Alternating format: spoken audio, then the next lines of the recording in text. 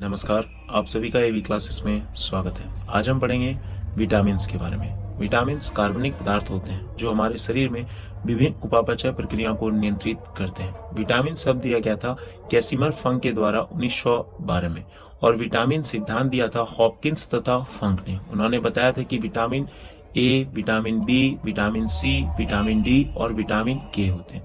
शरीर के द्वारा भी कुछ निर्मित विटामिन होते हैं जो विटामिन डी और विटामिन के होते हैं। विटामिन डी त्वचा में तथा विटामिन के बड़ी आंत में।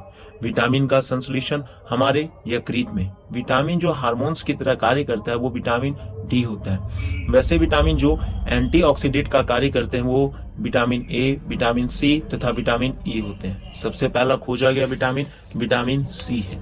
प्राकृतिक रूप से सबसे पहला खोजा गया विटामिन थायमिन विटामिन B1 है। कुछ विटामिन जल में घुलनशील है तथा कुछ वसा में घुलनशील है और कुछ विटामिन गर्म करने पर नष्ट हो जाते हैं। जल में घुलनशील विटामिन है विटामिन बी, विटामिन सी। वसा में घुलनशील विटामिन है vitamin A, vitamin D, vitamin E, vitamin के। गर्म करने पर विटामिन सी नष्ट हो जाता है।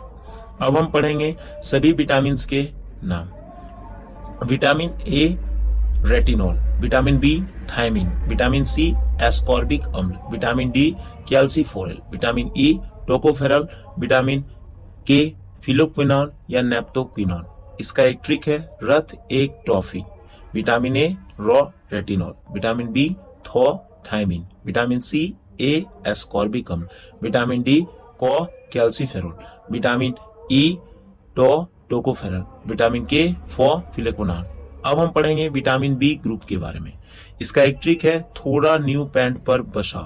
विटामिन B1 थो thiamine, vitamin B2 riboflavin, vitamin B3 न्यू नियासिन, विटामिन B5 पैंथोनिक अम्ल, विटामिन B6 पर पायरिडॉक्सिन, विटामिन B7 बायोटिन और इसे विटामिन H भी कहा गया। विटामिन B12 साइनोकोबालामिन और विटामिन B9 को फॉलिक एसिड कहा जाता है।